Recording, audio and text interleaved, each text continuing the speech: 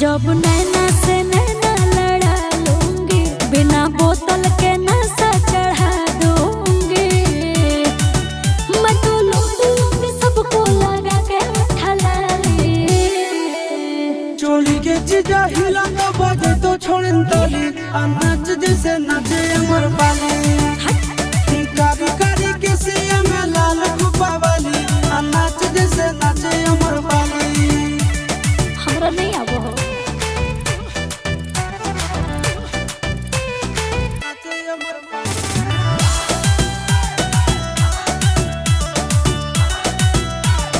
सुनो, चोली में दिल है, दिल में दिल्ली, दिल्ली शहर की ये रानी है।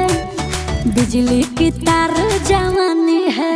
कौन सोया से करबो नाम सुरू, आज पायल में नाच पहन के घूमरू। अच्छा, ऐसे छूको मोर मोही दे दूंगी गाली।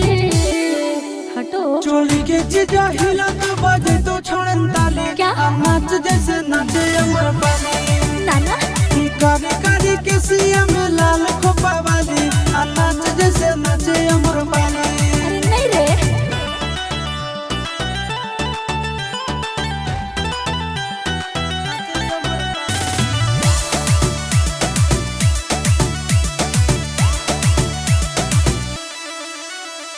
हाथों में मेहंदी, बालों में गजरा, होठों में लाली लगाती हूँ, आँखों से गोली चलाती हूँ।